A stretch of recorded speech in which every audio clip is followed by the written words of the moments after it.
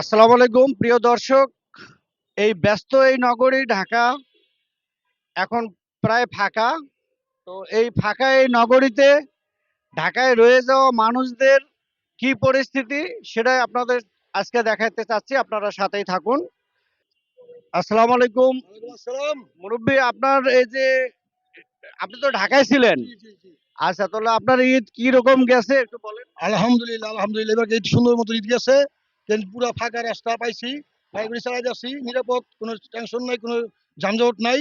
খুব ক্লিয়ার, আল্লাহর রহমত। খুব ভালো ঈদ কাটছে ইনশাআল্লাহ। এবারে বহুত সুন্দর ঈদ কাটছে, আলহামদুলিল্লাহ, আলহামদুলিল্লাহ।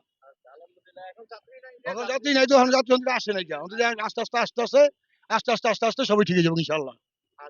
প্রিয় দর্শক, আপনারা শুনলেন যে যাত্রী নাই, মানে ফাঁকা ঢাকা নগরী। এই কারণে হয়তো ওনার ভাড়াও নাই। তো এই যে ব্যস্ত এই নগরী ঢাকা আসলে পরিপূর্ণ হবে যখন তখন ওই ঢাকার বাইরে যে মানুষগুলো গেছে, যখন আসবে ঢাকা এই নগরীতে তখন এই ঢাকা ব্যস্ত হয়ে যাবে, প্রাণ চাঞ্চল্যতা ফিরে পাবে। আমরা আরেক ভাইয়ের সাথে কথা বলি। মুরব্বী, আপনার ঈদ কেমন গেল? আসসালামু আলাইকুম।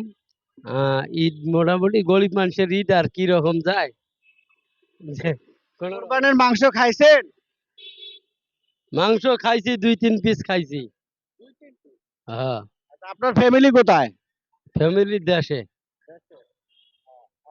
কোথায় খাইছেন মাংস, কে খাওয়াইছে?